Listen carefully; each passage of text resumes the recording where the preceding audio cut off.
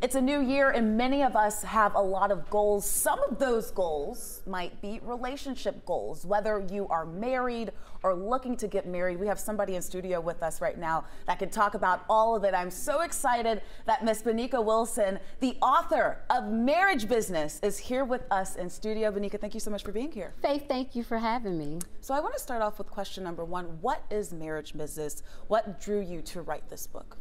Okay, great question.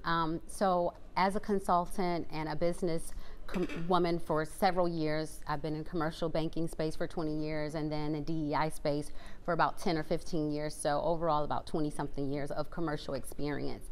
And I realized that successful businesses utilized successful business practices. Okay. They had missions and core values and goals and objectives. Yes. And so whenever we had problems with our clients, our commercial clients, I led them back to their business plan. And so I thought, you know, when you think about relationship advice, and my girlfriends would always come to me for marriage advice. I don't know why, I'm not a marriage expert, but I would say it would be great if I could lead them back to their business plan like I do in my corporate career. Yes. And I said, you know what, if we could have strategic plans or business plans for our marriage, you know, we could, and apply some of those same concepts, we may win in our marriage as well. And so that's kind of where the thought came from, the ideology of, let's try to apply some successful business practices to our marriage to see if we can win that way. A strategy, honey. A strategy always wins. I absolutely love that.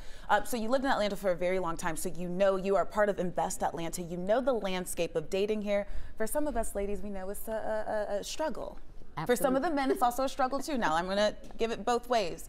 What are some of those strategies for people here in Atlanta that I want to start with those who are married and want to strengthen their marriage, keep things exciting. My parents just celebrated 34 years of marriage, so we want to get to that. Yeah, so Faith, your parents can write the book, by the way. After 34 years of marriage, they can write the book. But I would say for couples here in Atlanta and any other city really, but here specifically in Atlanta, you know, it's a lot of high-powered couples, very business-minded professionals. So I think the concepts of applying business to your marriage would be very easy to kind of transition for people who are highly successful in their careers anyway. In the book, I talk about the difference between a helpmate and deadweight. You're either a helpmate helping somebody along, or you're deadweight. You're kind of just pulling them along, trying to help them believe in the ideas that you have for yourself and for your relationship. Wow. So the book for successful couples here in Atlanta who are very business-minded, it would be easy to transition to think about the same concepts you use in your business. You have goals, you have effective communication strategies, mission, you have some kind of accountability and measurement, and then you have a big investment of time. And that's really what we're talking about throughout the book. Now, all of those areas are infused with love, of course, in marriage, but it's primarily having a strategic plan and working from a plan. And what's great about it is, going back to the helpmate concept, if you and I are married, you decide, you are my helpmate. You're helping me not only in my professional goals and my personal goals, you're helping me in life. Yeah. And so if I show you in my marriage that I'm a value add, I'm your helpmate, and I'm your accountability partner, and we're doing this thing in life to help each other, then we're definitely more impactful.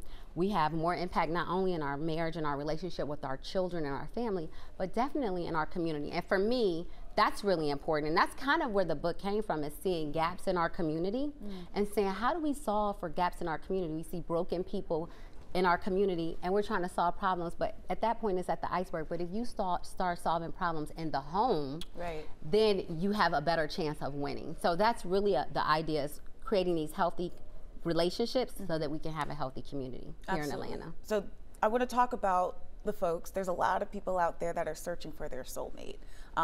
Or maybe they have somebody who's not necessarily their soulmate. We like to call that a situationship, right? Okay. A situationship.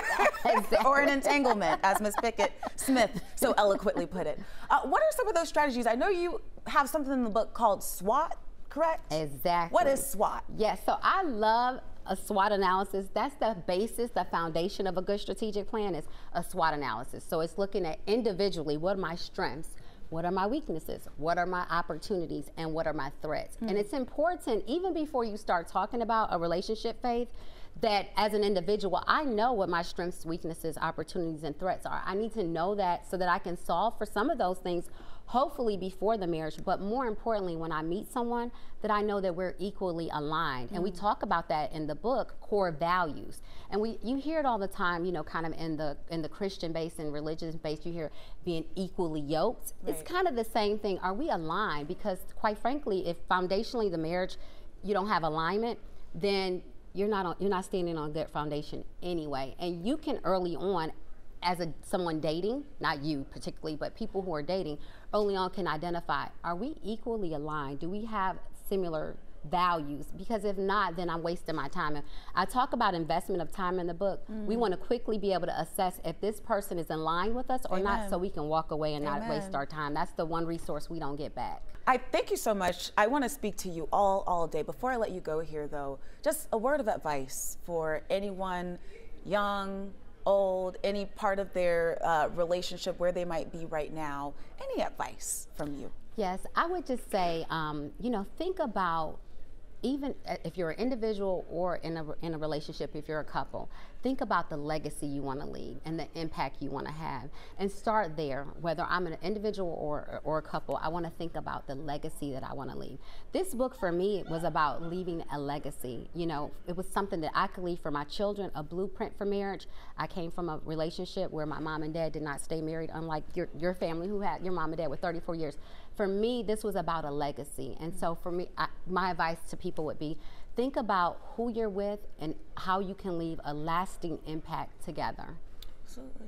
I absolutely love it. Ms. Wilson, thank you so much for being here. Thank you so much for having me. Hopefully, everybody at home could take some notes and we can have stronger relationships for 2024 and leave everything else back in 2023, yes, let's speak that into existence, Faith. Thank you so much. Absolutely. Absolutely.